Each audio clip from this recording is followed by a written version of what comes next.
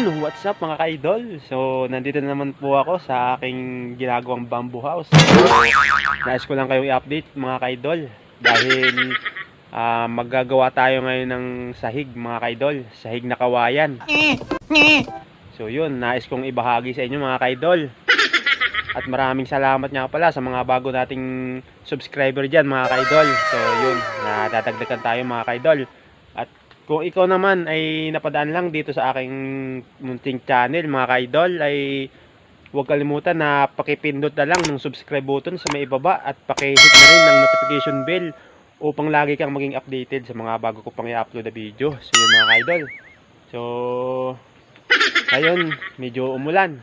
So nabasa tayo mga ka-idol sa panguha ng kawayan. So kung mapapansin nyo mga ka-idol, ito yung ating kawayan na kinayas na. Pero sa tingin ko kulang pa mga ka-idol. Dahil tatatlong pirasong kawayan pa lang yan mga ka-idol. So pag nagkulang, so dadagdagan na lang natin mga ka-idol. So yun. Simulan natin mga ka-idol pagkatapos ng intro. So yun, let's go!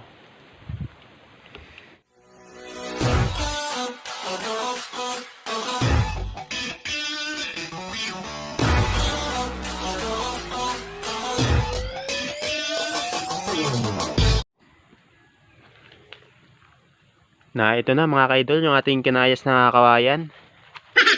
So ito, isang piraso to, isang pirasong kawayan. Bali tatlong kawayan niya mga ka-idol. Ayan. Tapos meron pa tayo yung babaakin mga ka-idol. Ayan. Wow! Apat pa yung babaakin natin. Panglima yung isang mahaba na yun. Yun yung sobra sa ating pagbububong mga ka-idol. Ayan. So mahaba yan, puputulan lang natin. Dahil galing yan doon sa ating bubong mga ka-idol. Yan, sumobra dyan. Wala kang awa! Umulan ngayon mga ka-idol. Wala naman tumulo sa ating bubong. Wow! Sa ating bubong na kawayan. Ayan. So kung hindi nyo pa napapanood yung kung paano magbubong ng kawayan mga ka-idol,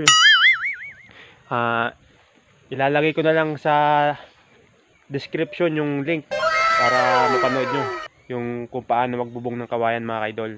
At kung hindi ko na mailagay sa link, panoorin nyo na lang sa end screen mga ka-idol. So yun, medyo maulan kanina, so nabasa nga tayo. Eh, wala, ganun talagang panahon yan mga ka-idol, di na maintindihan. Akala natin ngayon ay summer na pero umuulan pa rin. Sa balita kasi parang may bagyo mga ka-idol. Inang shit! So ayun, balik tayo sa ating topic mga ka-idol. Magsasahig nga tayo ngayon, sahig na kawayan mga ka-idol, para doon sa mga hindi pa nakaka-experience